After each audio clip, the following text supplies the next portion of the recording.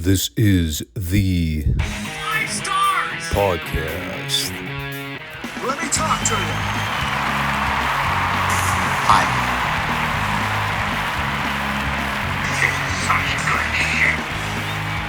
So, what do you guys want to talk about?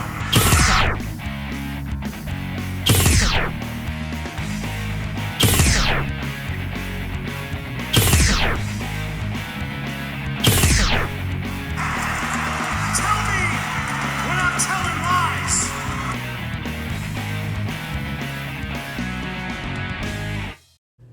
Thanks, guys. Back to you. Happy Friday, all. If you are currently tuning in, you all know what time it is. It's time for me to sit here and complain about how hot it is in this frickin' apartment. Seriously, if I wasn't moving in the next month, I'd about a giant fan for my bedroom. It is humid, uncomfortably hot. Yeah, this AC unit just doesn't get enough power. I got one fan in the dining area. The actual AC unit is on the polar opposite end of the apartment. I used to have a really nice desk fan. I don't know what happened to it. Probably wound up in storage somewhere, because evidently that's what happens when you leave crap sitting around your parents' house for months. It eventually finds its way into a storage garage. Or better yet, the trash can. That's my favorite place to put stuff. Things that you know are just going to pile up. You say, you know what? When I have to clean out the house in 20 years, I don't want to look at half this stuff. So it's going in the garbage. Anywho, enough of me drowning everybody in my sorrows. It's time for some classic wrestling talk here. It's the Five Starr Wrestling Report podcast. The wrestling podcast nobody knows but everybody needs. Here on YouTube and Rumble on Mondays and Fridays. Make sure you subscribe, comment, like the show if you have not already. YouTube subscribers have really bitten the dust since YouTube changed the algorithms again. Not that any of that matters anymore. It's all about click-through rate and engagement. I think I'm better off now just calculating all my viewership stats through Rumble. Because at least I know that stuff is accurately computed. Man, it's crazy when I look at the difference between my Rumble and my YouTube stats. Rumble is really gaining popularity. It's great. I'm glad that we finally have a viable alternative platform that doesn't silence people or shadow ban channels because they disagree with the content being put out. Not that it matters with this channel. It's not like I'm monetized. I still try to refrain from swearing in the first 5 to 10 minutes, but you know how that goes. Anyway, we actually got a lot to cover this week. So let's not waste any time. Let's get going with the WCW report.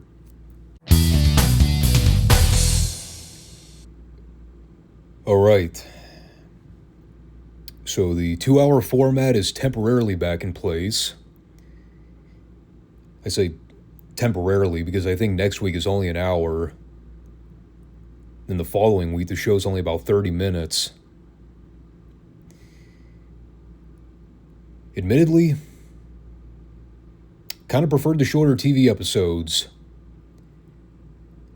You know, when the product was actually good a few years ago, I mean, the 2-hour shows were totally worth it.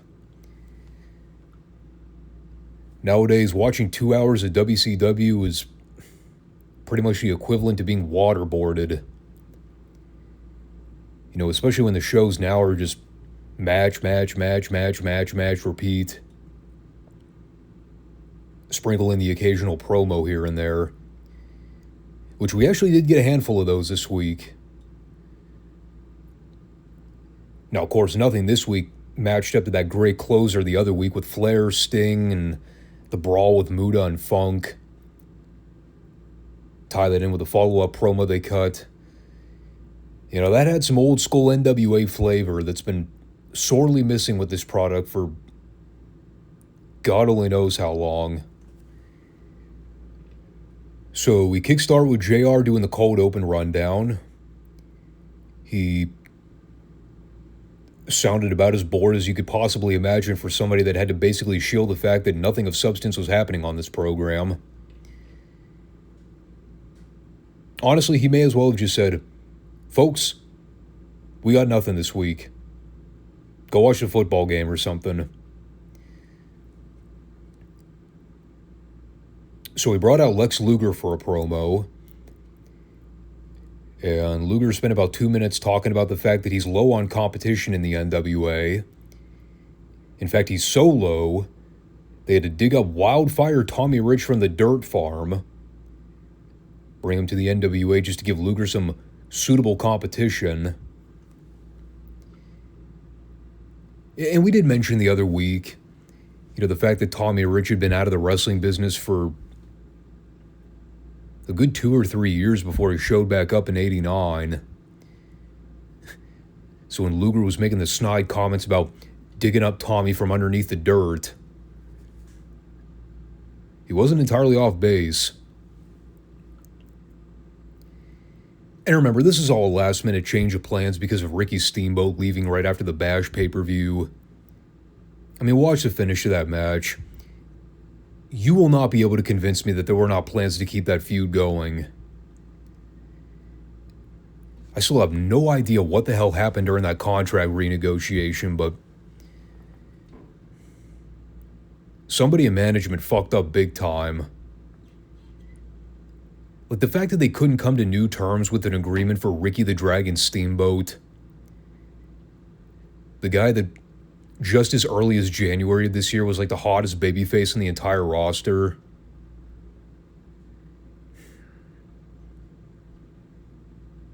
Yeah, I'm not buying that Ricky was a problem there.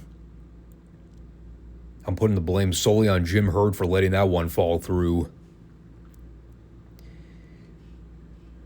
So we had Tommy Rich and Lee Scott in the opener. Random bullet point here while Rich was working over Scott. JR made a comment about Johnny A suffering a broken cheekbone recently. And when he tried to precede that announcement by saying, "Bad news for all you Dynamic Dudes fans out there," the level of sarcasm in his delivery, that had me chuckling.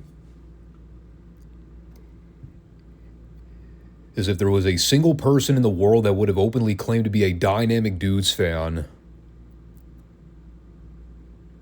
Had to mention that. There was absolutely nothing to say about this match. Tommy Rich worked over Scott in a bunch of chain holds and eventually won with a Thez press. It was boring and uninteresting, which is a fairly appropriate way to describe everything about Tommy Rich's WCW run from '89 through '91, '92. However long he was around getting paid to do fuck all and nothing. But they did show the replay of how Johnny Ace got his face destroyed. Don't worry, it wasn't graphic. It was a total work. The injury angle happened during a match with the New Zealand Militia in Baton Rouge, Louisiana. After Johnny made a shitty comeback on the heels, Shane Douglas was getting restrained by the official after a four-way spot, which allowed for Jack Victory to hit Johnny in the face with a gimmick. They claimed it was a canteen, which is only slightly less amusing than seeing Victory and Morgan use a boomerang as a weapon to cheat. But the canteen was pretty silly too. How many random gimmicks that tie in with militaries or soldiers can we come up with to use in our matches? Next thing you know, they're going to come out on television with a goddamn bayonet. Or perhaps a grenade. So that all led to this New Zealand militia squash with Mike Justice and George South. They are desperately trying to make Jack Victory and Rip Morgan a credible threat as a top heel tag team. Literally after 2 weeks. Meanwhile, they look like absolute goofballs in that camouflage gear. I'm sorry, the whole thing is ridiculous. 2 months ago, Jack Victory was out there as Paulie's Secret Service agent, wrestling in a fucking green bodysuit. Like Rip Morgan at one point was a flag bearer for the sheep herders. Didn't do crap on television for seemingly months. Now all of a sudden they're on the same playing field as a Samoan SWAT team. Just ludicrous. They did a bunch of spots for a while and eventually beat South with a double gore buster. Rip Morgan spent the entire match hooting at the fans. After like the third attempt, I think there was one person in the building that actually responded back.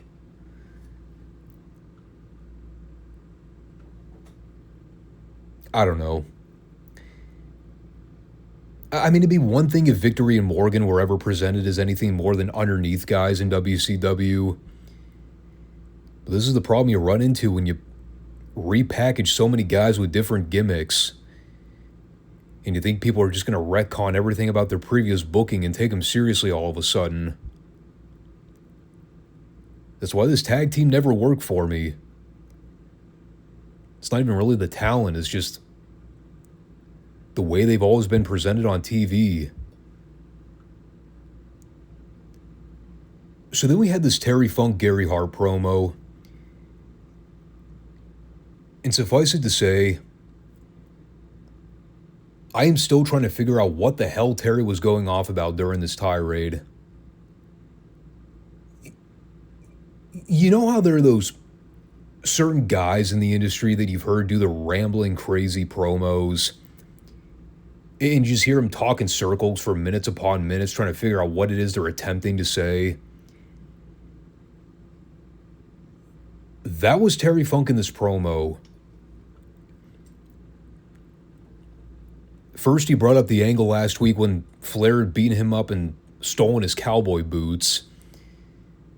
Then he wore him to the interview station during his promo, doing what Funk described as a light-footed flamingo dance.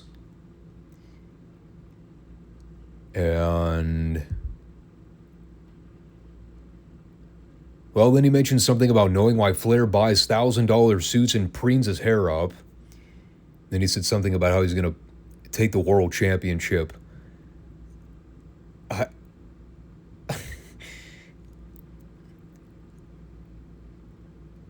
mean, I hate to give him a pass here by saying, well, he was Terry Funk.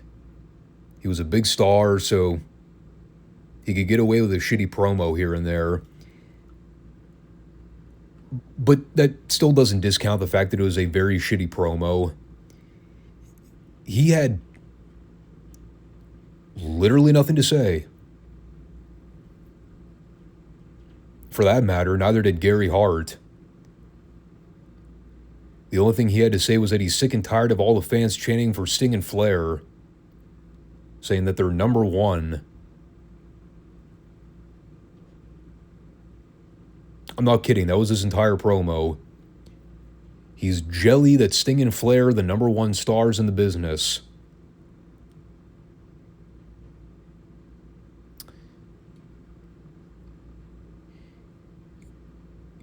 You know, I don't know what I was expecting for this promo segment.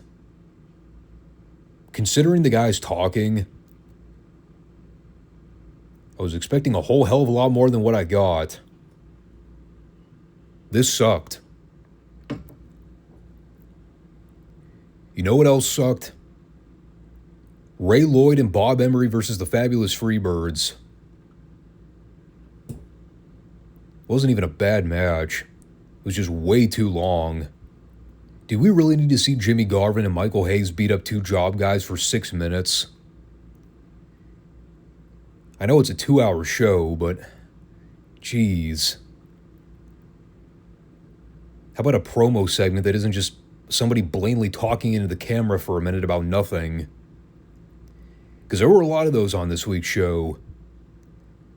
I complain about the lack of promo time. It would be nice if the promos actually served a purpose. Anyway, they took turns working over both guys.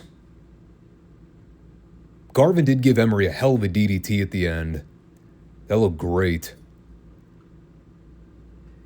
As hard as it was to watch Jimmy Garvin during this time, that was a sick-ass DDT. And I'll even say, his promo afterwards, it wasn't half bad.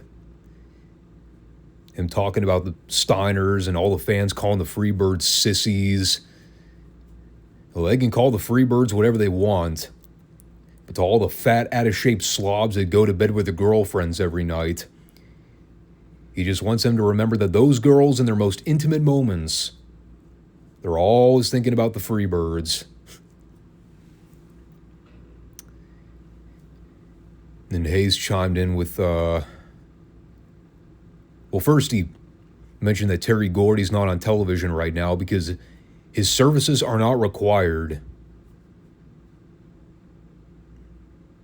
Translation, he's back overseas because he was still doing dates for All Japan. Then he talked about these stupid Steiners and basically called them low IQ pea-brains. There was a great moment at the end of this where Hayes is trying to do the catchphrase, "Heaven don't want us, and hell's afraid we're going to take over." Keep in mind, this is a catchphrase that Michael Hayes has stated many times before. They actually zoomed the camera out here to show Garvin in the shot because I think they wanted to capture him saying it along with Hayes. But you can clearly tell that Garvin had no idea what the phrase was by heart. So he terribly lip syncs it up to Hayes, completely fucks it up, and then he just finishes by going, "Yeah." Fucking amazing. So then we get another clip from the Baton Rouge taping. It's a match between Flying Brian and Norman the Lunatic. And the thought hit me watching this. I think this is our first time actually recapping a Norman match on the Superstation. He already would have made his debut at the Clash event in Fort Bragg. But because we didn't review that show, I don't think there would have been another period between then and now where we've talked about him. So, he and Brian are having this match. It's not good, but Brian's doing everything he can to make the people care. I guess we can call him Trying Brian in this scenario, because he was trying to get the fans invested. I know, that was terrible. So anyway, he goes up and misses a running splash. Norman gets the knees up and immediately follows it with a leg drop. At which point, as Norman's doing snow angels on the ring mat and being all wacky, Brian immediately pops up, no-sells the leg drop entirely, and then jackknife covers Norman to get the pin, which led to the post-match attack where Norman went after Brian in the aisleway and eventually killed him with a body splash. And you had Teddy Long out there smacking him around and trying to knock some sense into him.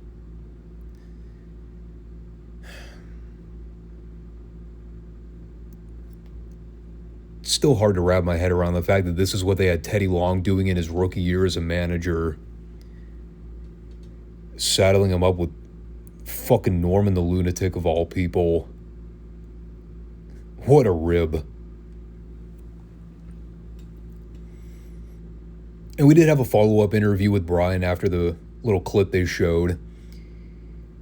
This is where Brian laid out the challenge to Norman for the TBS Superstation. Talked about how the thing that brought him to the dance in the NWA was his wrestling ability. And while Norman and Teddy got the better of him in Baton Rouge, Brian wants to settle the score tonight. And this is one of those promos where, I mean, it's clearly Brian Pillman talking.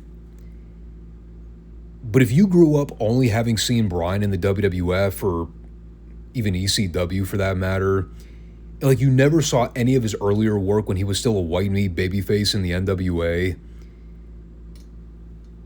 you're almost kind of taken aback when you hear Brian cutting promos like this. He's not shouting. He's not using profanity or provocative language. You don't have your hand on the censor function waiting to blur out any inappropriate stuff that comes out of the guy's mouth. No, he's just normal Brian Pillman. It's like watching in a parallel universe.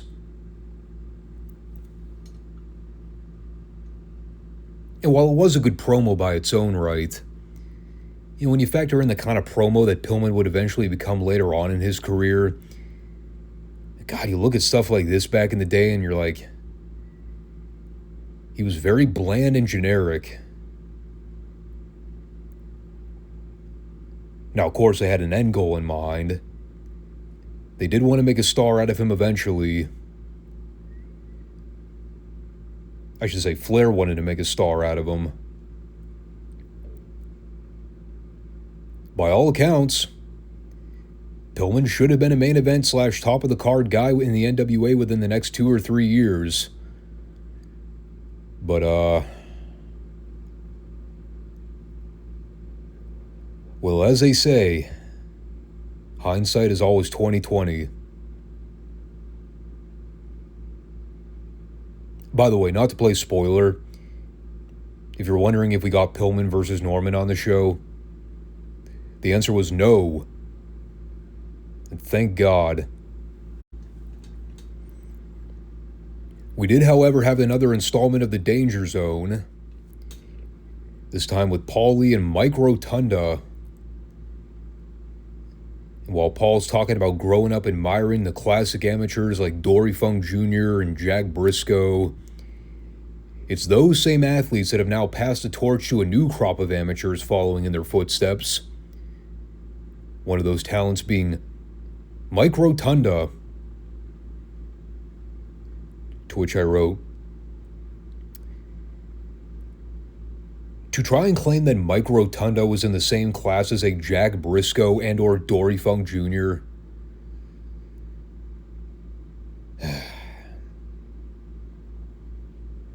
Don't get me wrong. I liked Rotunda. Never had anything against him. Bit of a stretch to make those comparisons. That all said, this is like one of my favorite segments on the entire show.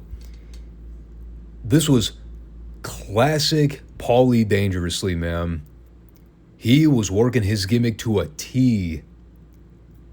He's out there with Rotunda just kissing his ass nonstop for like 2 straight minutes.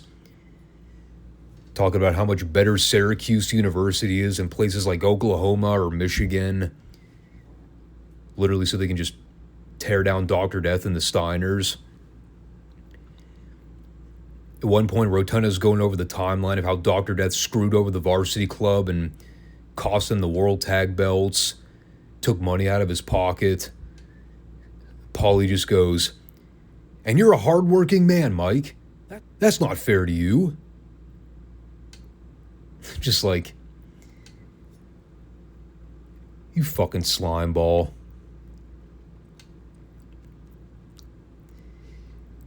But you know, this is always where Paul excelled as an on-screen personality. Whenever he was out there interacting with the other heels and just licking their dung holes the entire time. Shamelessly, I might add. That was Paul's natural gift. And boy, did he use that gift in more ways than one. Especially when it came to running a business.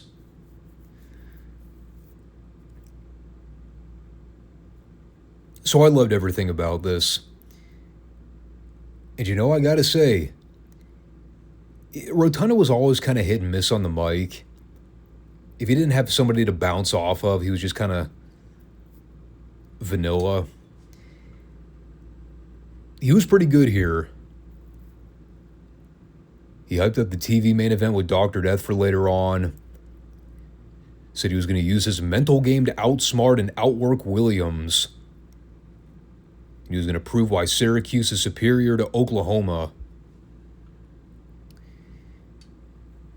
Then we came back for a Teddy Long interview. I love this opening monologue with him and JR. Jim's trying to stir up the pot and get people talking about how he's referred to Teddy as Peanut Head on multiple occasions.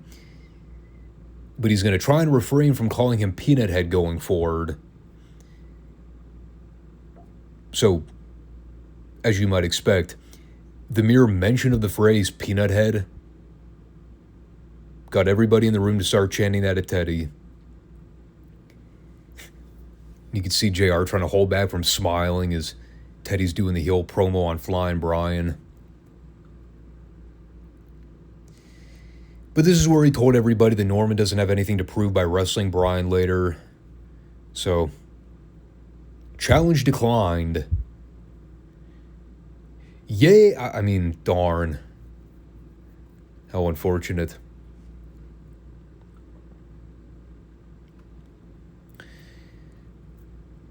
So we pitch back to the ring for Sid Vicious and Steve Casey.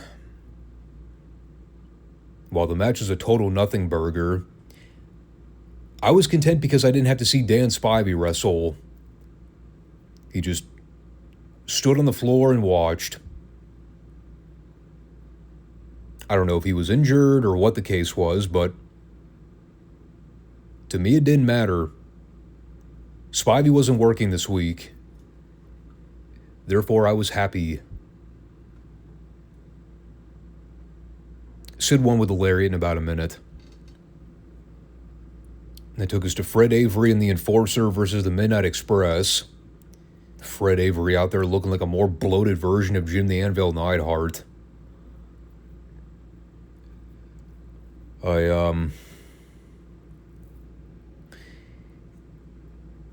You know, it's been so long since we just reviewed an ordinary Midnight Express squash.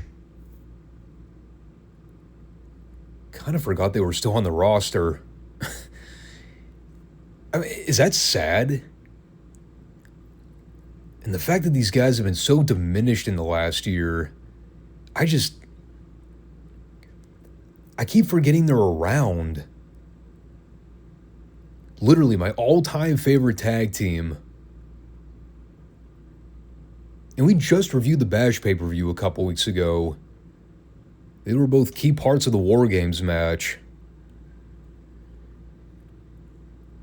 But they're just so ice cold on the roster, dude. You know, they dropped the fall to the Freebirds in the tag team tournament. Cornette just recently wrapped up his beef with Paulie at the Bash. And like, while yeah, the Midnights were in the War Games match, and they were just kind of shoehorned in there because they needed to do a War Games, and why not? Let's put Bobby and Stan in there. They can work. And as we're about to head into the fall season, that's where we'll see him eventually kickstart the feud with them and the Dynamic Dudes. Christ. It's just... I mean, it's a shame. It really is. You got Bobby and Stan out there working their asses off. People are still behind them, despite how crappy they've been booked and featured during the Jim Herd era. But, like, you just can't compare this period of the Midnight's run to anything they did in the previous 3 or 4 years. They fell off so hard once the Turner buyout happened. They went from the top heel tag team in the Carolinas, selling out venue after venue with the Rock and Roll Express, to barely even passing as an underneath tag team by 1989. Feuding with the only tag team that Jim Herd hated worse than them. The fucking Dudes.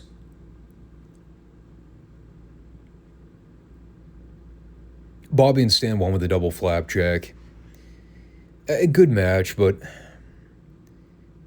it was a far cry from the best work they were doing by this point. And I like their promo afterwards, too. Cornette talking about the current title picture in the NWA. All the top guys vying for world titles. You have Sting and Muta, Luger and Rich, Flair and Funk. But when it comes to the Midnight Express, the fact is they should be the World Tag Team Champions right now. If it weren't for Terry Gordy sticking his nose in the Midnight's business during that tournament, well, the Midnights would be here as the World Tag Team Champions right now. They've had their fair share of six-mans throughout the Bash Tour. And while, yeah, they've gotten a handful of victories over the Freebirds, the titles were never up for grabs. So he's putting all the tag teams on notice.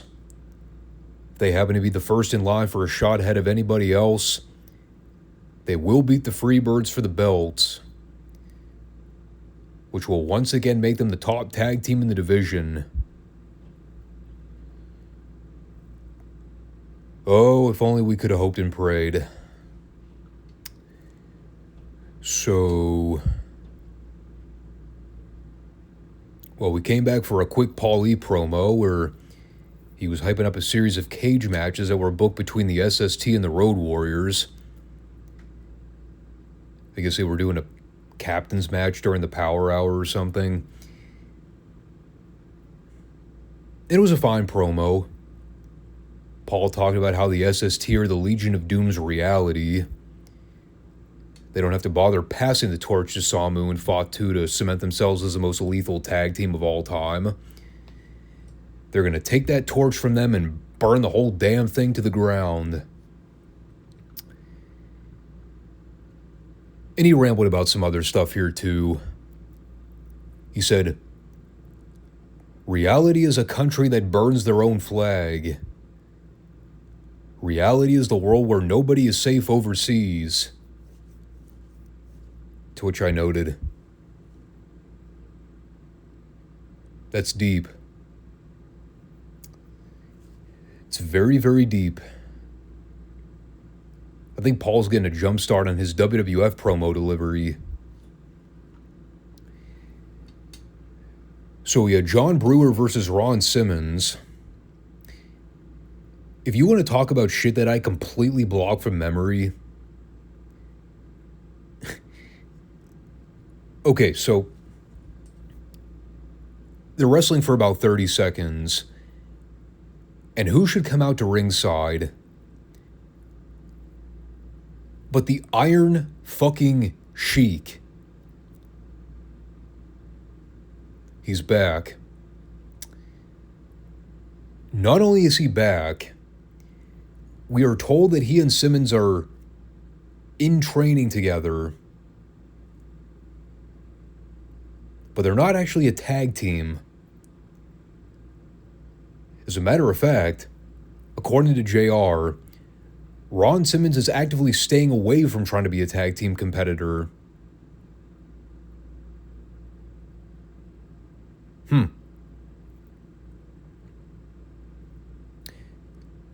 So he's aligned with the Iron Sheik, but they're not a tag team.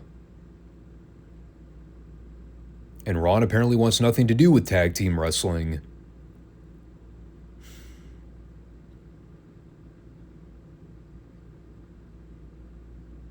Yeah, apparently somebody forgot to mention Doom. You know, Doom. Ron Simmons and Hacksaw Butch Reed. The tag team. It was kind of a thing.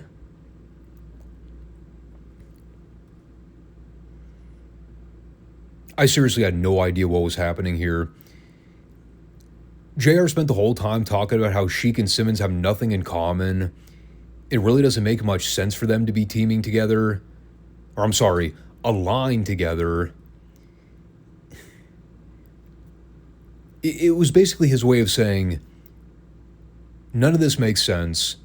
Don't put too much thought into it because they're probably going to drop the story once they put Sheik back in the ring and they realize that he still can't do jack shit physically. Then we had a Sting promo. He talked about how the issue with him and Muta is still not over. As Dusty would claim, it will never be over. He said that Muta hasn't proven anything when it comes to beating Sting for the TV title. He can walk around and claim to be the champion all he wants, but until he pins Sting's shoulders to the mat, nothing will be settled. Which did get me to realize, I completely forgot about this, Muta left the Great American Bash pay-per-view with Sting's belt, despite not actually beating him for it. Shouldn't Sting be trying to get his belt back? Or is this another one of those bullshit Terry Taylor Dr. Death storylines from Midsouth where the babyface is too much of a pansy to go beat up the heel and take his belt back? I guess we'll have to see. We had Bill Ford and Trent Knight versus the Steiners. So while Scotty's in there basically working a handicap match by himself, Rick was out in the crowd with Robin Green eating M&Ms. Shit you not, that was a thing that was actually happening. Scott never got angry that Rick left him to go sit in the crowd with his number one fan. Nope, he just continued to beat the shit out of the two job guys like it was nothing. The only thing I noted here, aside from Scotty going over with the belly-to-belly, there was one spot where Scott dumped Ford right on top of his head with a released German. And I do legitimately mean he spiked him. I have no idea how he didn't break the guy's neck. Like, he probably should have been paralyzed. No joke.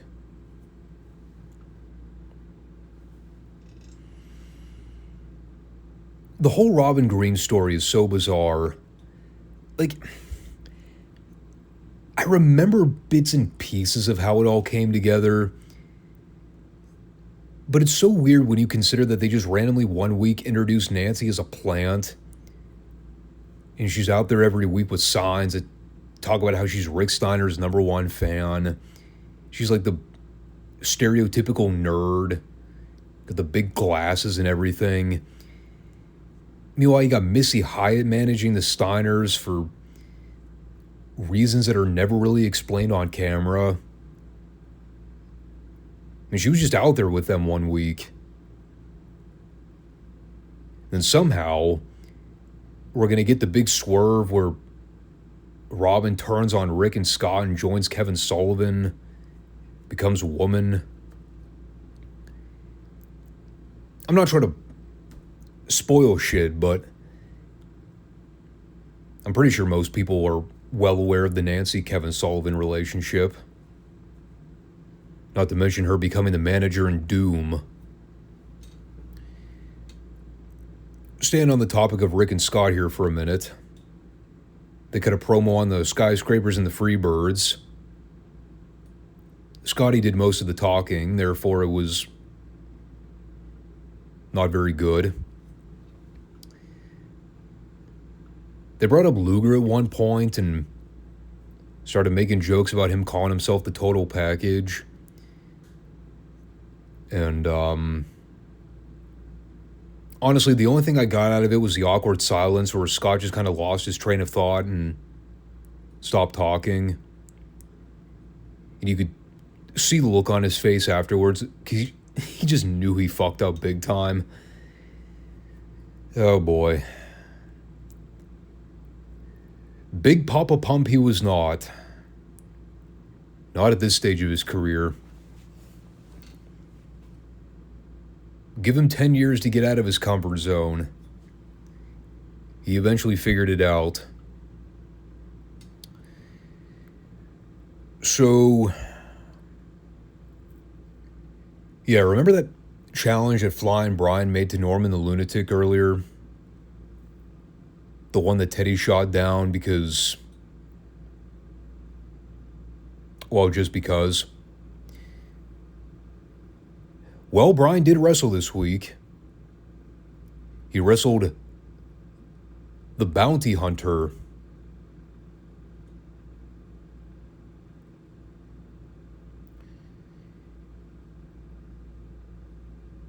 Did I mention this show was 2 hours?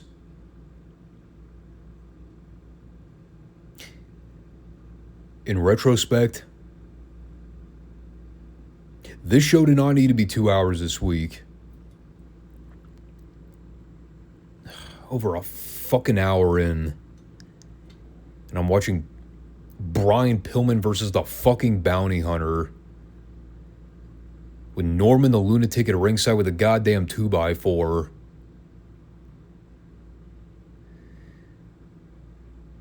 So after Norman and Teddy leave, Brian hit a leaping crossbody attack and got the pin. That was it. No afterbirth, no follow-up, nothing. Just Norman came down to ringside with a giant piece of wood, got pulled back by his manager half his size, and then they just fucked off. That's my new phrase. Jim Cornette can coin fought off or fight off. I'm going to start saying they fucked off.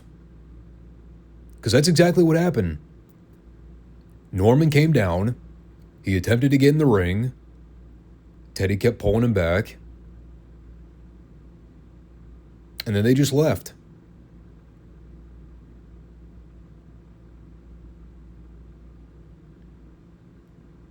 This is a great storyline. The effort being put into this thing was exhilarating.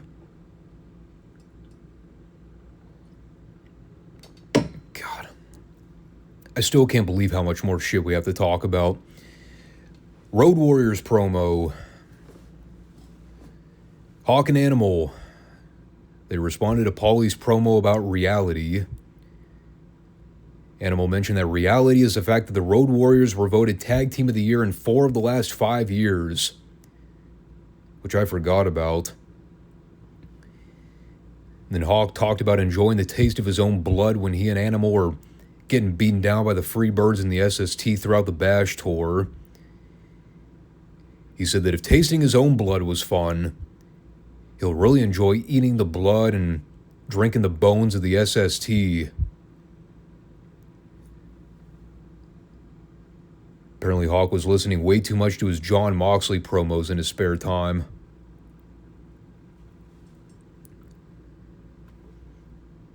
By the way, the theme you've probably sensed by now, it's not even so much that the promo delivery is not hitting home. It's a simple fact that everybody is being deliberately told, you have 90 seconds, go say some stuff.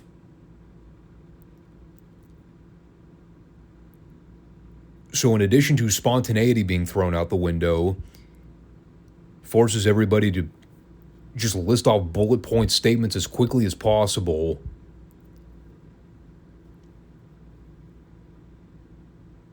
Again, I'll at least credit them for allowing the boys to actually cut promos this week. There's just nothing interesting to say about the majority of them. I can't even poke fun at dumb comments because they're not even talking long enough for me to single out any particular phrase. So the TV main event is Mike Rotunda versus Dr. Death. Right as they were getting ready to lock up here, JR had brought up a series of challenges that Rotunda issued to Williams in the last few weeks. Apparently they were doing a series of amateur rules matches, which I think we've seen between Rotunda and Rick Steiner earlier this year. Not sure how many of those were televised, but didn't they wrestle an amateur rules match on a Clash event or something? Now, of course, I can't remember. JR pointed out that Dr. Death was wearing headgear for this match. Apparently there was an incident recently where he lost his cool and got himself disqualified against Rotunda after he was trash-talking him the whole time. So I guess the headgear was designed to block out Rotunda's shit talk.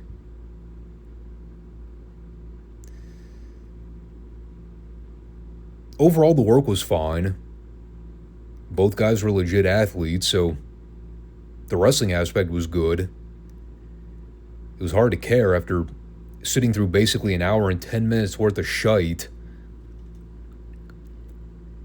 But I thought they pulled out a decent match.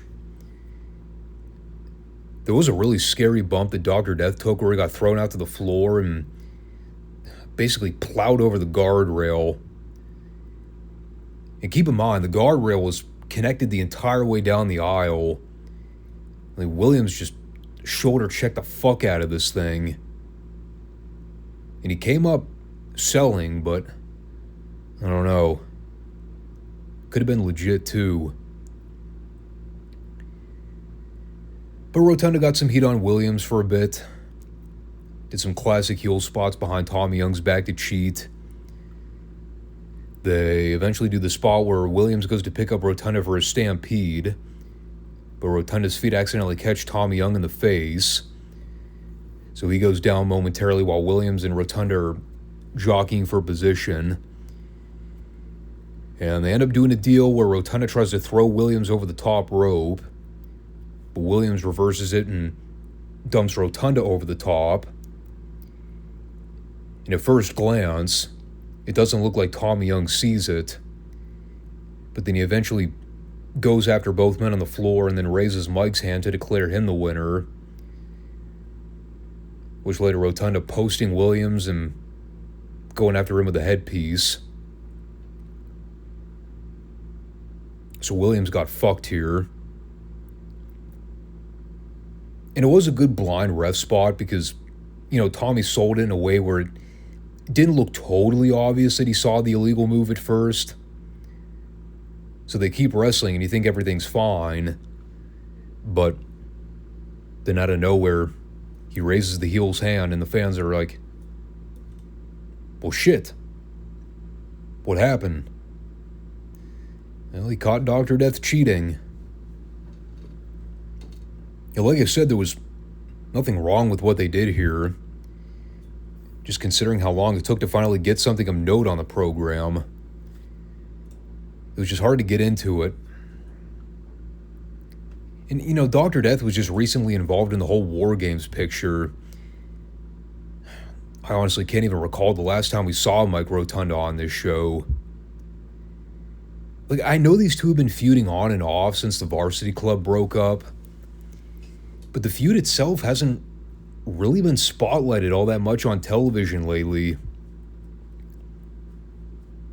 Now, granted, there was a month where we weren't reviewing the show.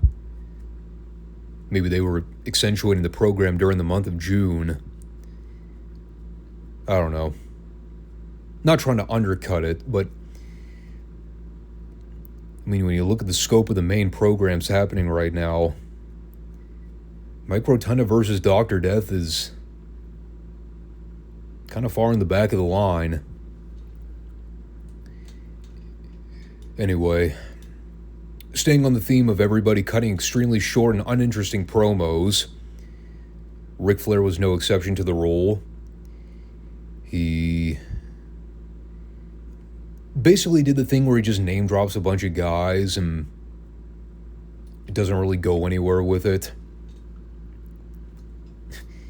I mean, they aren't even guys that he's feuding with. He's talking about the Samoan SWAT team and fucking Lex Luger. Like, what the hell does that have to do with anything you're involved with right now, dude? Then he turned the conversation over to Funk and promised the issue between them won't be over until one of them is carted out on a stretcher. It's the nuts and bolts of what he said here. Throw in the occasional woo and you got the full picture.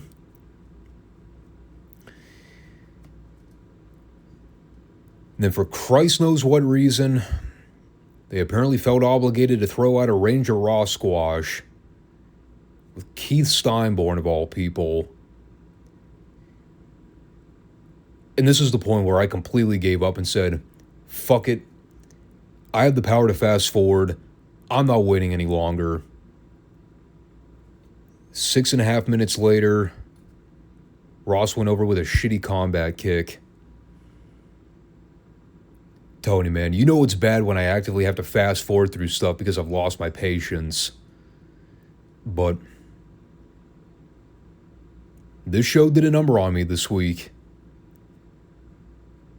Same story I preach every week, dude. This is a terrible, terrible time period for the NWA. Even coming out of the Bash pay-per-view, the TV shows are lousy. You know, not to mention the booking is all over the freaking map. There was just no consistency to anything going on. While you had Flair and Funk tearing the house down with their program, you also had all this other crap going on. Norman the Lunatic, the Dynamic Dudes, the New Zealand Militia. It's the same complaints I always had with the WWF during the Attitude Era. Yeah, on the one hand, you had Rock and Austin. Yeah, you had Taker and Foley. Yeah, you had some really great stuff happening in the main event. But what did you have underneath on the card? Fucking Kai and Ty and Val Venus and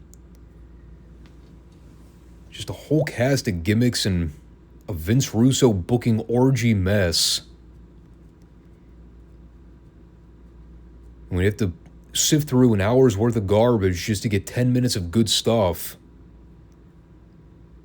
Is it really worth the wait?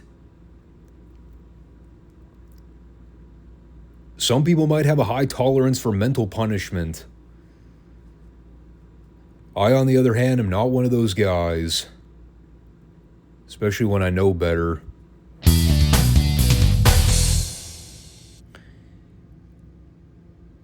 Well,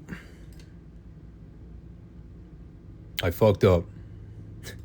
I was so convinced last week when I talked about it being Dog's final appearance in Midsouth, following the tag match with him and Duggan against the Midnights. Well, I was wrong. It was not, in fact, his final appearance. Apparently, they taped another match with him and Crusher Khrushchev that aired this week. Now, granted, it's entirely possible that they taped this before the tag match. But technically, Dog is still considered active in Midsouth as of this current taping block. So, yeah, go ahead and admonish me in the comments section. I jumped to conclusions too soon. Now, that being said, I have no idea what the plan would have been had they continued feuding the dog with Khrushchev on television afterwards. But we saw last week that Khrushchev met with Jim Cornette and Hercules Hernandez before the tag match. And I guess the presumption was that he gave Hercules his coal miner's glove that he used to beat Hacksaw Duggan in that match they had a few months ago. Because that was his personal property. So now the dog is out for revenge. In fact, he got his revenge on this show. Because he beat Khrushchev clean in the middle of the ring. So I guess the feud was over. I'll get to that later once we recap the segment. We actually started the show off with this fascinating in-ring segment. Fascinating in the sense that I still don't entirely know what to make of it. It started off kind of slow and tedious. And then by the time it was over, it was like the best thing we've seen on Midsouth television in God knows how long. So Magnum TA requested time to show off his training regimen, but not the kind of training that would require using weights or gym equipment. He's talking strictly grappling and mat wrestling.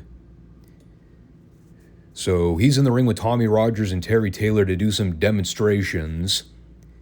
Two guys that he practices with frequently. Apparently, Bobby Fulton didn't get the invite. So they go through some lockup challenges and catch-style wrestling. Basically as a means to show off how they prepare for their matches and what they do to keep themselves in shape. And this part was kind of dry and went on for a while. But eventually, here come Hacksaw Butch Reed and Buddy Landel. Crowd is screaming their heads off while the babyfaces are still doing their thing. Probably because they expected the heels to just get in the ring and immediately shit-can everybody. But no. Reed and Landel were there to throw some verbal jabs. Reed's talking about how if he was in there with Magnum right now, he'd just break off his arms and tear them right out of the socket. And it's great classic heel shit. I don't need to restate everything word for word. But eventually Landel tells Reed that he doesn't want him to break a sweat. They got a big tag match later on, and he needs to stay fresh. So Landel is going to volunteer to go in there and wrestle Magnum. Teach him a lesson and make a fool out of him. And so Magnum accepts. He assumes the position. That is not a sexual reference, by the way. I mean, he got down on the mat so Landel could try to put him in a waist lock. I was going to say he got down on all fours, but people would still take me out of context. But this part was fantastic. Landel's getting out-wrestled and out-maneuvered by Magnum. Fucking Butch Reed's on the apron there, just shit-talking the whole time. You think you can handle me, boy? You think you can handle me? Just phenomenal heat-getting stuff. And finally, Landel powders, and Magnum challenges Reed to get in the ring one final time. And that's when Reed tells Magnum that when he gets in there, it's going to be for the North American Championship. By the way, speaking of powder, I now just realized that the match with Dog later on was clearly taped after the tag match, because the powder splotch was still staying on the ring mat as of this current taping block. I loved how they didn't even bother to clean it up. They just left the residue there.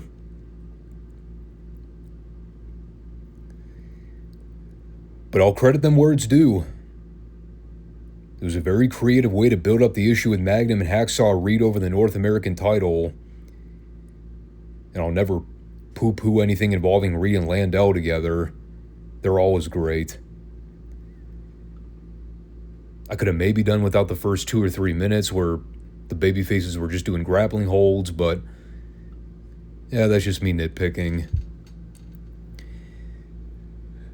So when we come back, they replay the closing minutes of the Midsouth tag match from the other week, which meant we had to relive the botched powder spot on JYD. It was still just as cringe having to watch it on replay. Seeing Cornette not only miss the dog completely with the powder, but then having to see the dog crawl toward the powder stain to make it seem like he actually got blinded. The funny part is when they threw up the graphic to promote the segment, they were trying to highlight the coal miner's glove spot with Hercules at the end. Meanwhile, I'm like, fuck the glove. I'm still thinking about that horrible powder botch. But, yeah, that was pretty much it. We reviewed the match the other week, so you can go listen to my full recap there. We did get Cornette's perspective on the whole matter in his follow-up promo here. Now, his claim is that he gave Hercules $10,000 to buy the coal miner's glove from Khrushchev so they could legally use it in a match that was already no DQ. A no DQ match, by the way, that the babyfaces requested. So it was fair game. And of course, they were just going to throw the glove away afterwards, because they're also trying to do away with using weapons in Mid-South. Yes. The bad guys. They're standing up for the authority.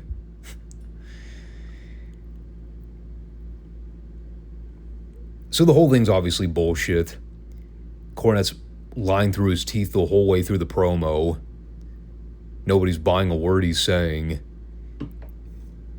And so, well, then he pitches to a video package that Joel Watts put together. A video that shows that Hacksaw Duggan is incapable of winning a match without using a 2x4.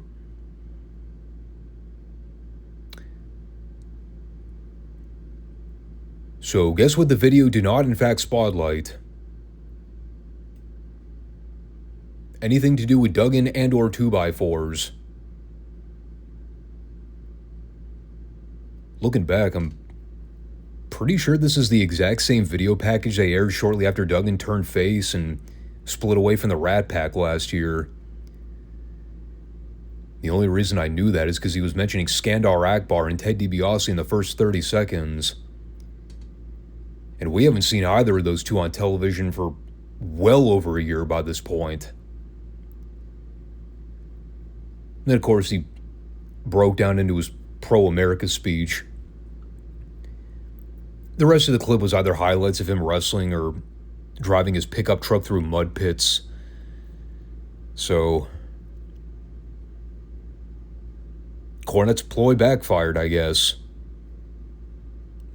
So much for exposing Duggan as a fraud. He did call him a big goof. Them's fighting words in the South. See how Duggan responds to that slander.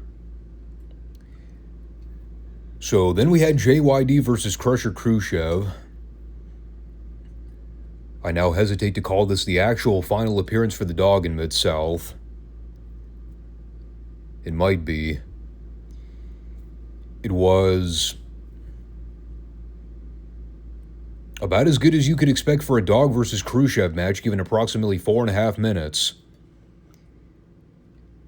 Meaning that it wasn't very good, but the people still went crazy when the dog won. Bill Watts did bring up a point here that I didn't really think about recently. He was talking about Nikolai Volkov being absent from the picture. Yeah, where the hell is Nikolai Volkov? I completely forgot about him. We haven't seen him on the show in weeks. I don't think he was done in Midsouth by the summer of '84, was he? I could have sworn he was around through at least the fall. I know he's in the WWF by '85 because, he and the Iron Sheik win the tag titles from Rotunda and win them at the first WrestleMania.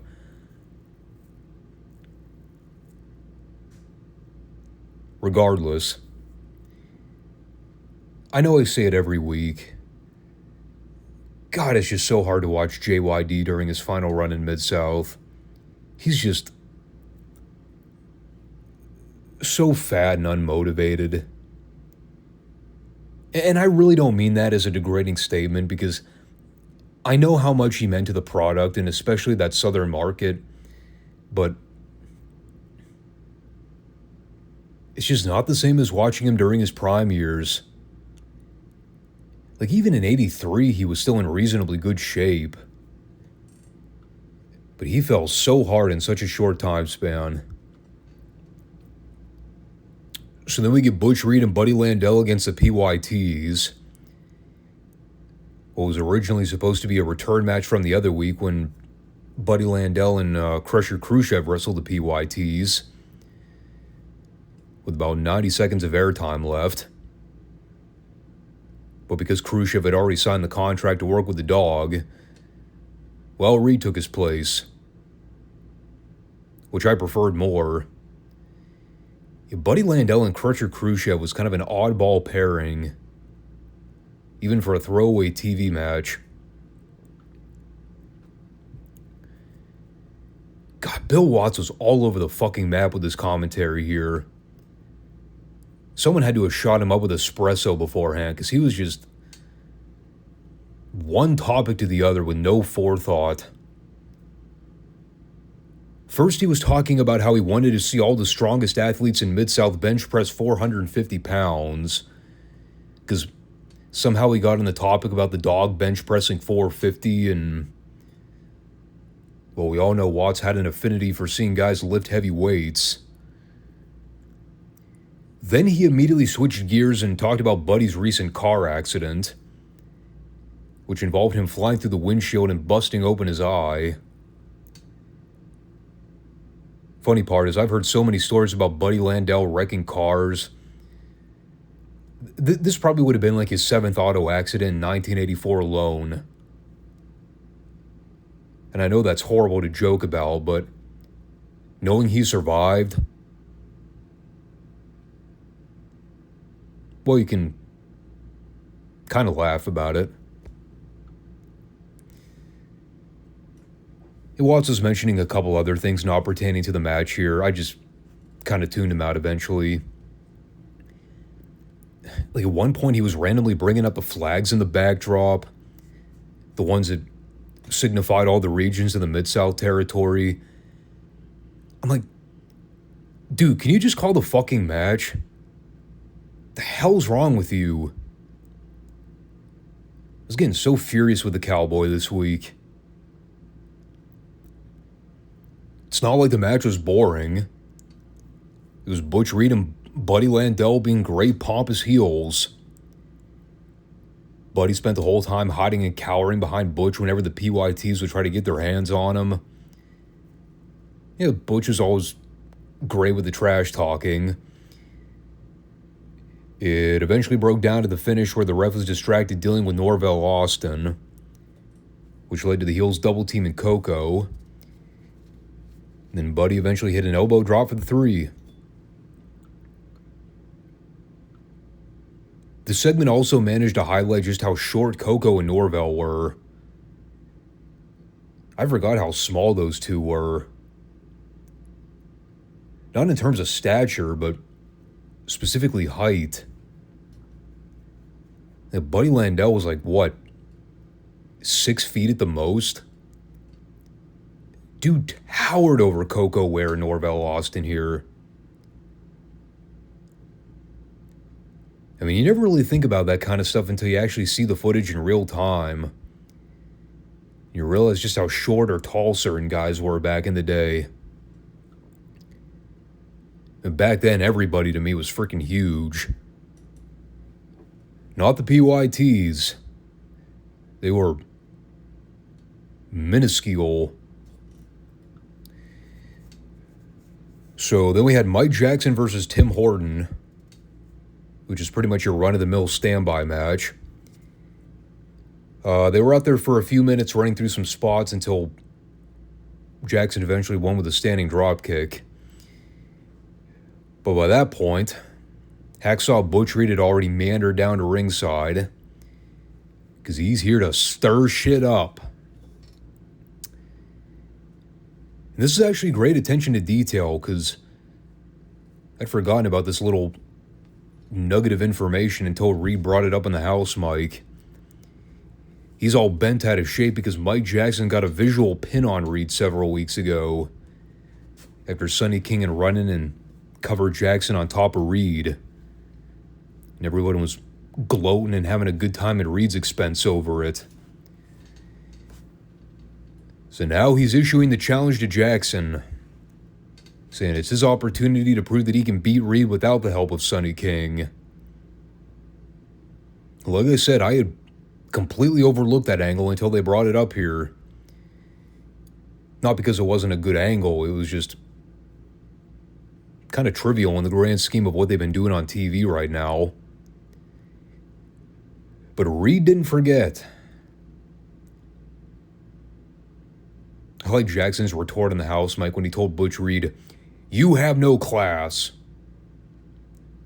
That really got his blood boiling. Mike Jackson actually got some promo time this week. How about that?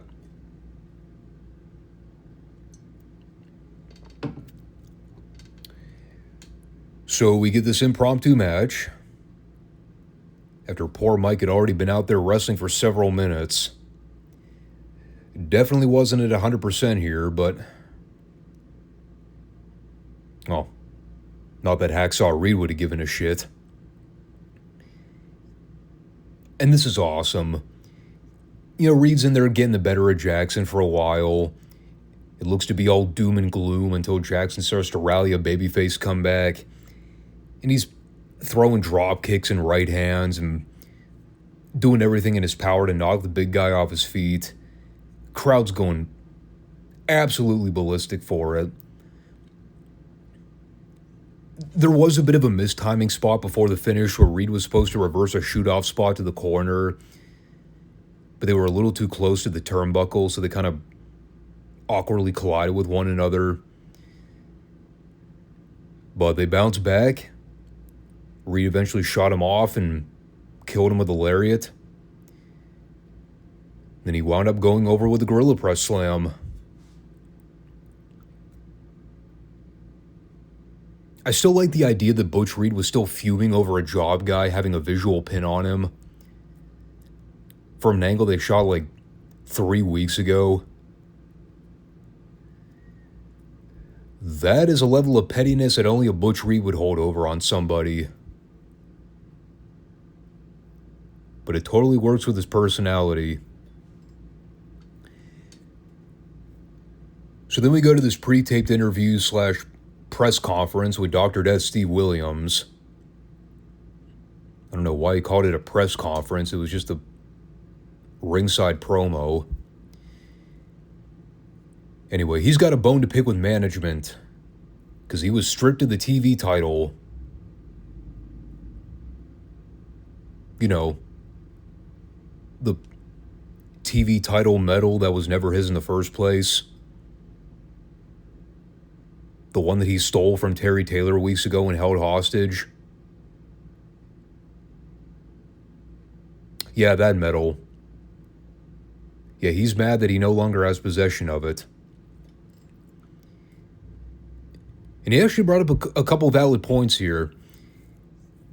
He said that he was man enough to take it away from Khrushchev. But Terry's such a coward, he had to rely on Midsouth Board of Directors to get the medal back. Because he was too afraid to confront Williams. Which is not entirely untrue. It's the thing I've been bitching about for weeks now. It's why I've hated this fucking storyline since day one. Why is Terry just not walking up to Dr. Death and tackling him to the ground? Take your medal back, dude. Well, Steve confirmed why. He's afraid. He's a pussy.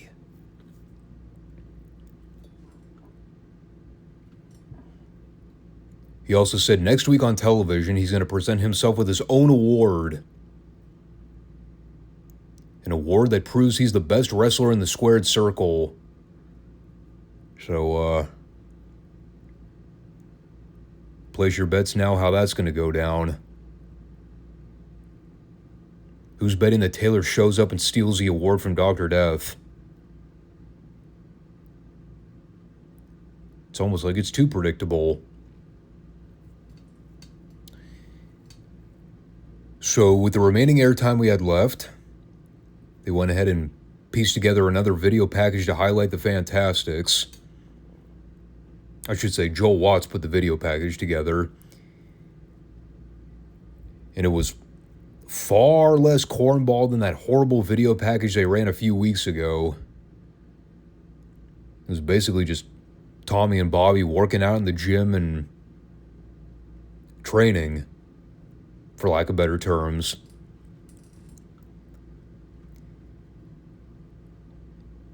It did kind of hit me watching this. Gym equipment used to be so basic looking. And like, I can't even recall growing up as a kid, and when I'd hang out with my dad at the gym, machines used to look so simple. Am I the only one? Like, I go to the gym now to use machines, and they've got all these extra clutches and buttons and crazy gizmos built in there. So, what's the word? Extra. I hear a lot of kids using that slang these days. That's a Gen Z term. Extra. Give me a fucking break. Seriously though, I miss the days when gym equipment used to look so simple. It's probably why everybody was in better shape back then. There were no training wheels on the machines like there are these days. I also love the idea that Tommy and Bobby just kind of walked into a public gym in nothing but their short shorts. That would totally not fly in today's culture. By the way, when I say short shorts, I mean the workout shorts that are essentially the same length as their ring trunks. You can see pretty much the whole package, if you know what I mean. That all being said, show was a lot better than last week. I actually enjoyed this episode. Have to admit, a lot of good stuff happening here. I did catch the announcement at the end, too, from Watts that we'll be seeing the debut of Adrian Street next week, which will eventually lead to one of my favorite all-time Midsouth moments. The interaction between him and Terry Taylor. It's actually a good way to put it. Their interaction.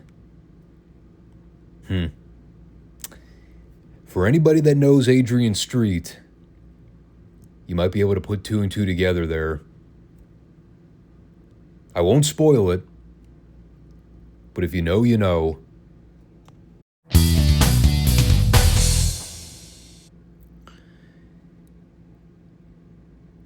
On that note, let's move on to World Class. I made a passing mention on the Monday show about how once WWE leaves Peacock, the classic footage is going to be gone too. And I'm not entirely sure where that leaves things when it comes to our World Class coverage. I found a handful of episodes from '87 on YouTube. It doesn't look like anybody's uploaded the entire archive on any kind of playlist. So I really don't know.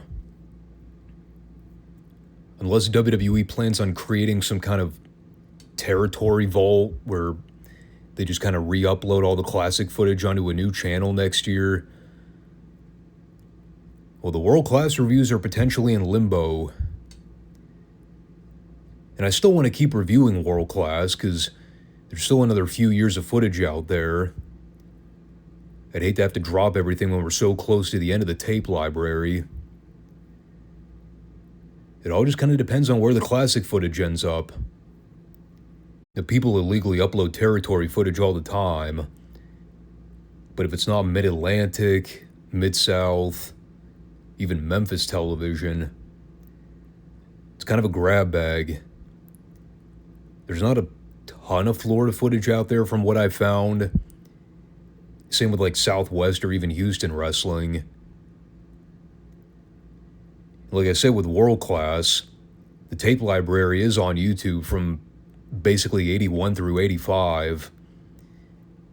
After that, it's kind of scattered. So we'll have to wait and see what happens. Getting on with the show, though, we opened this week with a fairly interesting prelim match. It's Perry Jackson taking on the debuting Zulu. And I've heard the name Zulu in wrestling before. I actually heard somebody mention his name recently on a podcast. And I tried to do a little bit of research and digging because I was curious. The problem is that I think there were actually two different Zulus that wrestled around the same time frame. And they also had very similar sounding nicknames to go along with their gimmicks. There's the Magnificent Zulu, who I was more familiar with. I've seen clips of him working in Memphis for Jerry Jarrett. But there's also the Mighty Zulu, who I swear to God is a different person. But I'm also still not entirely confident about that. There's very limited information out there about either Zulu from what I found. Aside from clips here and there, there's no wiki page or any kind of bio description on the Magnificent / Mighty Zulu. So if anybody wants to fill me in, by all means. I'm genuinely curious to know more about the Mighty / Magnificent Zulu and whether or not they were actually the same person. That all said, there was virtually nothing to this match. I spent more time talking about the background of a mysterious Zulu than I did taking note of anything that actually happened in this match. It was very slow, very plotting. Crowd did not give a shit one way or the other. Zulu ended up putting Jackson in a bear hug and got the submission hold. Aside from a big boot, it was the most effort Zulu put into anything in this match. So there you have it. We'll see how long the Mighty / Magnificent / Marvelous / the whatever Zulu sticks around in Dallas. Judging how nobody ever really talks about him, can't imagine he'll be around for that long. Up next, we had a Percy Pringle interview, and this is awesome. He had like a minute to cut this promo, and he spent 15 whole seconds complaining about his lack of promo time in the last 6 months. It's all Bill Mercer's fault for picking favoritism. No, but the bigger picture here is that Percy's bringing a new client to the Dallas area. And who might that be? Well, that man comes in the form of the Canadian lumberjack, Joe LeDuc.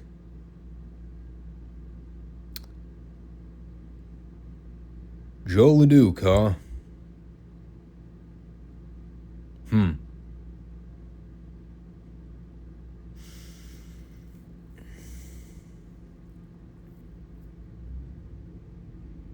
Do you remember, like, I don't know, maybe it was 4 weeks ago by this point. Remember when Blackjack Mulligan just randomly showed up in Fort Worth and attacked Bruiser Brody? Remember how that basically went nowhere afterward? And I mentioned how I had no memory of ever seeing Blackjack Mulligan work for Dallas. When in the fuck did Joe LeDuc ever work in World Class? I thought he was wrestling in Canada during the latter stages of his career. You're telling me this guy showed up to work in Dallas alongside Percy Pringle as his manager? That was a thing?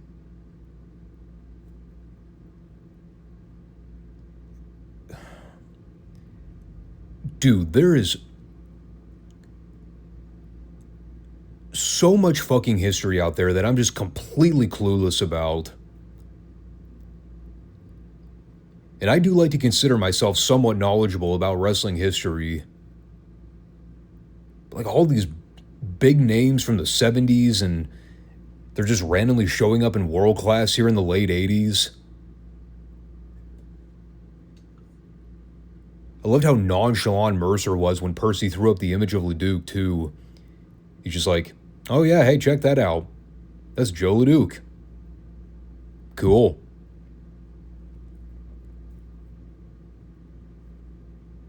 That was how you sold it?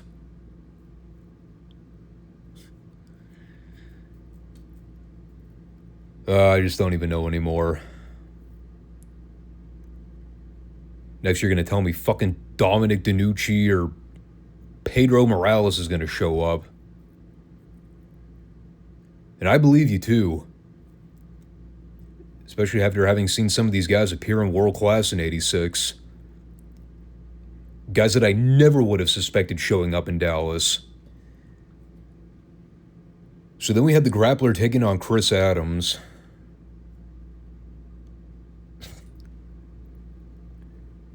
Still can't get over that. Fucking Joe LeDuc in World Class in 1986. That's insane.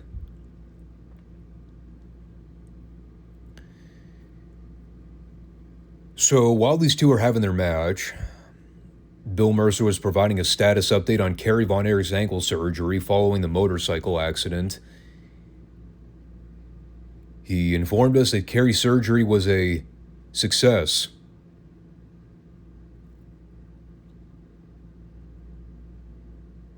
A success. Right. If by success he meant successfully amputated his foot because Kerry re-injured it at the hospital, then sure. Yeah, we'll call that a successful surgery.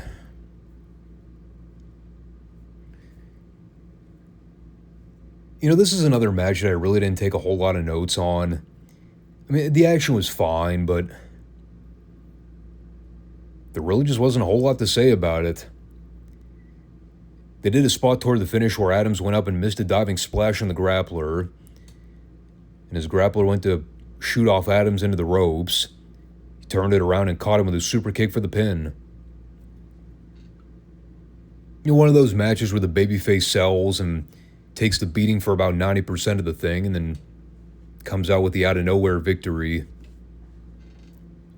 I'm sure I've said this a million times, but man, I really miss the days when the super kick finish actually meant something. I know people often like to say Shawn Michaels had the best super kick in the business. And that's probably only because they never had any context or saw anybody else do it for that matter. To me, Chris Adams always had the best super kick.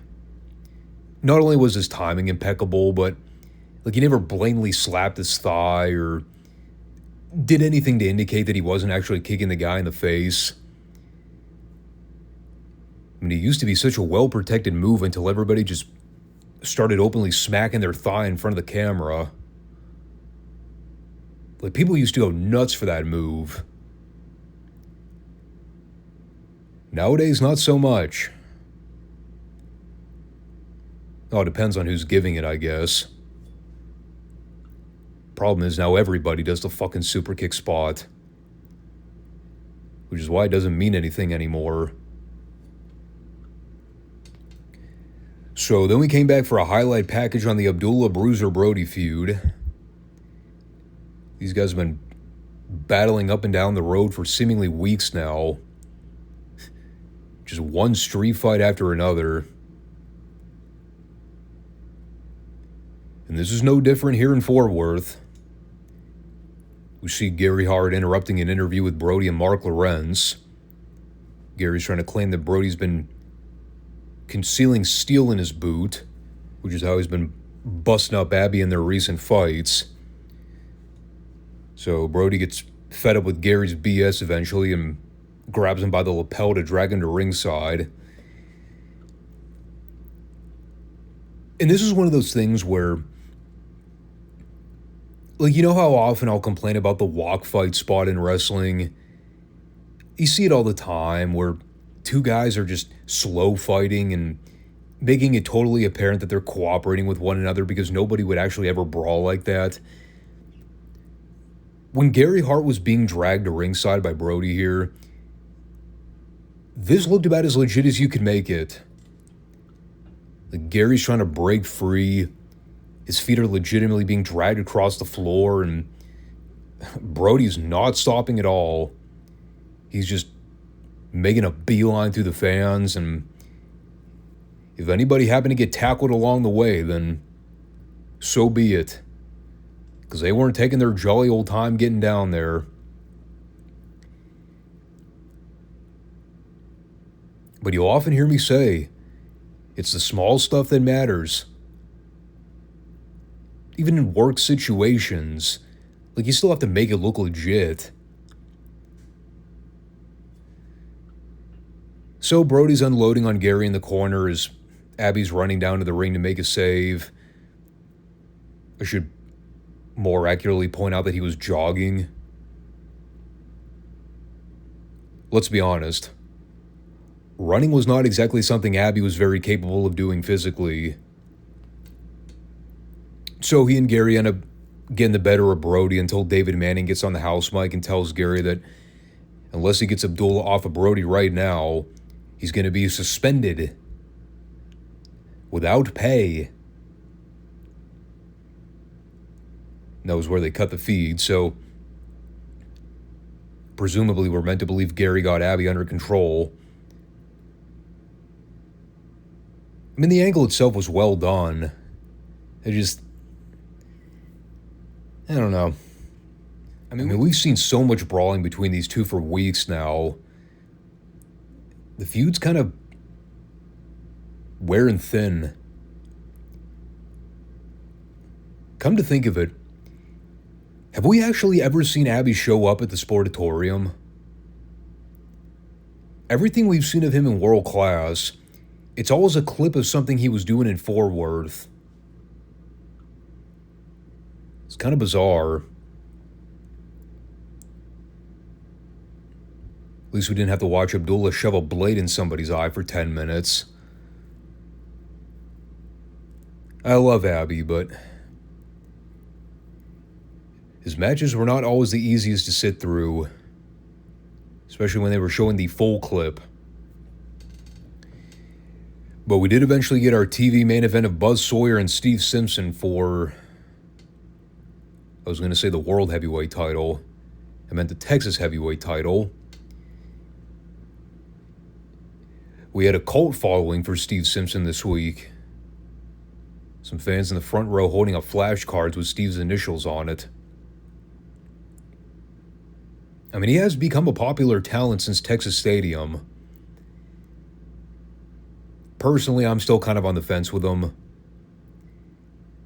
I can't get a gauge on Simpson. Athletically, he's very impressive. He has a great body, the traditional superstar look. But I don't know. The more I see of him, he needs more seasoning. You know who he actually reminds me of? I don't even know why I just thought of this name, but it kind of checks out. He reminds me a lot of Brad Armstrong. Physically good looking, great athlete. Not the best promo in the world, but you can overlook a lot of that. It's just a personality dilemma. Brad just never connected with the fans at the same level as some of the other family members. Specifically Brian. I mean, he used to poon the shit out of Brad's matches on the Superstation because that is literally the only thing he ever did in Crockett. Aside from teaming with Tim Horner. He just went out there and had boring matches every week with no context. And then he would occasionally cut a shitty promo. But like, watching Simpson here, I just couldn't stop thinking about my past comments on Brad. And this match got a lot of time, and outside the last few minutes when they finally picked it up a little bit, it was really boring. The first 3/4 of the thing was Simpson just working over Sawyer in an armbar. There was a little bit of heat that Sawyer got before Simpson made a short little comeback at the end. Then he wound up getting his tights pulled on a roll-up attempt. So Sawyer retained.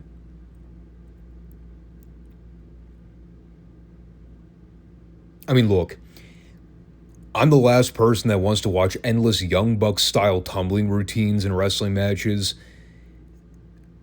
But I'm also not somebody that enjoys sitting there for 12 minutes and watching a guy work somebody over in a stationary armbar. You gotta give me something to work with. I know Simpson was green. For all we know, he probably was a little hesitant working with Buzz Sawyer of all people. I probably would have been too. I mean, give him credit. They're trying to push somebody new. I don't know if Steve Simpson is that guy. He's got a charming appeal to him, but I mean, he's certainly not on a level of a Kerry or a Kevin Von Erich. Even a Chris Adams, for that matter. It's like we say, though, the show rolls on. World Class rolls on and finds a way to survive with each passing week. It's still rough not having the Von Erichs around. Didn't they say last week that Mike was supposed to appear on the show? And I have no idea what's going on with Lance. I mean, he seemingly dropped off the face of the planet. We all know the Kerry situation, but this is really one of the first times we've watched World Class and covered the shows where the Von Erichs are around very sparsely. I mean, there have been plenty of times where Kevin, Kerry, Mike, I mean, even David were out of action for periods of time. But it wasn't like this. This is just bad. Well, you know, it kind of goes to show the downside effects when you solely rely on the same guys over and over again to carry the product. Regardless of how big a star they are. Eventually the reality is going to set in that they can't be there forever. And when they are gone, how do you recover from that? Do you have other stars lined up to fill those positions? I mean, look what happened in the WWE when John Cena left full-time. They tried for years to push that Roman Reigns experiment down people's throats. And it did not work. And it was really, really bad for a period of time. The biggest problem for Fritz is the fact that he has limited pickings over the stars he can actually get. Because most of them at this point are either being signed to the WWF or they're going to work for Crockett. Even Watts, too. I mean, let's not forget about the whole UWF situation. We've talked about that before. It's like we keep saying, 1986 was not a good time for world class. And unfortunately, it only gets worse from then on. But on that note, I think we'll go ahead and wrap up the show there. As always, I want to thank everybody for coming back to check out the 5 Starr Wrestling Report. Make sure you subscribe, comment, and do all that good stuff. If you're following on YouTube or Rumble, it doesn't matter. And we will be back on Monday for the SummerSlam 96 pay-per-view review. Looking forward to tearing that one a new asshole. That's going to be a rough show to sit through. I'm calling it now. But if I can get through it, anybody can. But that'll be for this weekend. Until then, take care, everybody. Peace out.